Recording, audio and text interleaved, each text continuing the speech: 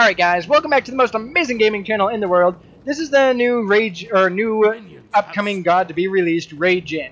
Now he is ridiculously good, ridiculously overpowered, and with that being said, I love him. I'm gonna hate to go against him, but oh my fucking god, he is a lot of fun. So to start going over his abilities, if you look right here, this is his passive. For each basic attack and your abilities, we're also build this up. You gain when you get all four of them built up, they don't go away, but it'll grant your next ability 30% magic power, which is amazing. You're going to want to pair that with your 2, as you'll see in a second. So basically, you attack, they light up. It's pretty cool because the drums do as well. And at this point, you know that you have your next ability to have 30% magic power. So the first ability that you actually want to get is going to be your 1, and then your 2, and then your 3. This is going to be super helpful. The first trinket you're going to want to grab is going to be Sprint. The next one you'll want to do is upgrade your 1 and then your ult. This is going to... Your ult is amazing. So start going over the abilities. Your passive, like I was talking about, it grants 1 charge per attack. You don't need to land that attack. And then your next ability does extra damage, which is super helpful. The 1, basically, you pound your drum, you send forth a peal and a thunder line, then you hit it again, it sends up another ability, or another little peal, and then the last one you hit 2 of your drums and it sends it out.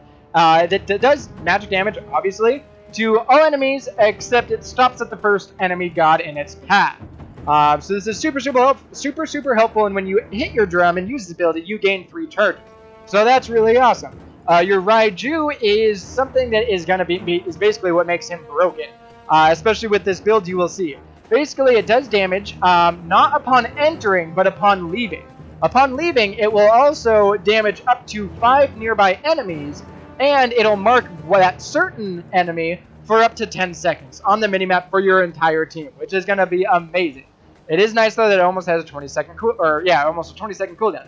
The third one, it works kind of like Kumba's in a sense. This is basically Combat Blink, which is what basically makes him broken. It has a bit of a cooldown, but still, this is ridiculous. It's also very good for engaging.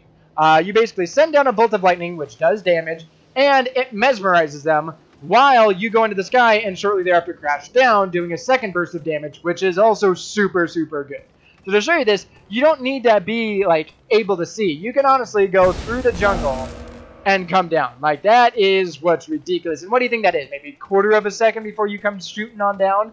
So super helpful there. Let's see. Then his ult, basically you jump up, you have barely any time to hit all 4 drums, which is what is nice. You can't sit there. You become CC immune. You gain 1 charge for each drum for a maximum of 4 charges, which basically means that when you use this, you're going to end up charging this back up. So what you'll want to do is engage with your 2, maybe like come on down and hit them with your 3. This will basically mesmerize them and get you there, and then start using your ult, which will then put back up your passive, and then you can go ahead and attack with your 1. Now, to use your 1, you can see when you attack, you slow down, obviously. But when you use your 1, you don't slow down. So you can honestly chase with that, which is fucking awesome. Let's see, I'll wait till the next set of minions. Now, when you use your ult, these abilities change. This is beat 1, this is beat 2, this is beat 3. Beat 1 does 100% damage. Beat 2 taunts them for half a second and does 50% damage. And then your third one is fears them for half a second and does 50% damage. Now keep in mind, if you are ganking with him and your other people are like barely camping under their tower because they keep losing lane, go ahead, engage with your ult, and then fear them into the tower. Like, it's going to be amazing. Vice versa, or not vice versa. Counterwise, use your taunt if you're in your own ability and you want someone to get to you. Now, what I have used is I engage and I attack initially with the taunt. So I hit the 2, and then I hit the 2 at least twice. The reason why I do this is because it allows them not to be able to get out. So usually I'll do 2, 2, 1, and 1, because at that point you're getting so much damage. But just to show you real quick, there is the Raijin leaving. And you can see right now I already have only 2 in there, and I'm clearing lane pretty quick. You pair that up with your 2, you're going to be able to clear lane extremely quickly. He's a really good pusher. So yeah, I will use the ult real quick just to show you guys what it looks like. you can become CC immune, and you have to like spam the button. This is your drum solo. You gotta hurry up and get that shit fucking out. So how I do it is I engage with your one. Now realize it's an insta-cast. Everything else you can kind of do. As soon as you press your ult, it's gone. So you hit your ult. I taunt, hit. Because at that point, otherwise they may be able to get out. And by taunting them, you guarantee that you're basically going to hit them unless you absolutely suck with it. But to finish up the level up process here, hit your 2, hit your 1, hit your 2. At this point, especially at level 8 with the items, you should be able to clear lane extremely quick and therefore continue to level up your 2. If you absolutely need and you really want to upgrade your 1, go for it, but I would highly not recommend it. Finish off your 2 there, and then go back to your 1. Your 3 is going to be nice, but the mesmerize time doesn't go up by any means whatsoever. So finish off that 3 and then hit your ult. The reason why you get your F is because you will be ganking. Now to go through the actual build, go ahead and grab Shoes of the Magi. It'll help you get that little bit of penetration. The next item I would grab is going to be Chronos Pendant. Now the reason why I get this is just because it does give you that extra mana for 5 seconds and the extra cooldown. And by getting this, I do get my bring a few more health potions in. Then go ahead and grab Polynomicon. It is going to be ridiculously good. At that point, go ahead and grab Spear of Deso, Rod of Duty, and then Soul Reaver, which is really, really nice. Now, to go over some of the voice commands that are going to be most commonly used, I'll just kind of shut up for a second, let you guys kind of listen, because I do have the voice pack here. So, here it goes. Boy, see them driven down before us. Hear the lamentations of their minions. Subarase! You are strong. I'm the strongest. I'll gank middle lane. Attack Fire Giant. This fight's over.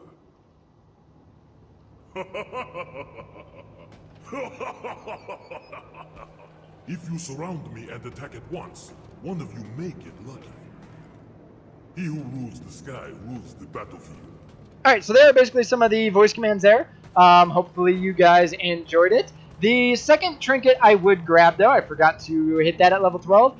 Personally, I would grab Frenzy. Frenzy is super good, and it's going to basically give you that extra little burst damage. Now, I will hurry up and just get back in here and then wrap up the video. So what you're going to want to do is you are going to want to engage with your 2. You go ahead and throw that down. All you have to do at this point is engage with your 3. And holy fuck. The reason why is because not only... I haven't even used Polynomicon either. So go ahead, you activate your 2, and you go on in. That's with Poly. That's not even using Soul Reaver. That is using Poly and your Kaiju, which is amazing. So you're going to see why basically he gets ridiculously overpowered. The next one I'd like to show you, you activate your 2, hit, taunt, and then attack and attack. At that point, you're doing ridiculous amounts of damage, and you're guaranteeing that you're going to actually hit them. So, yeah, that is basically the build, guys. Hopefully you enjoy this new god. It is going to be amazing.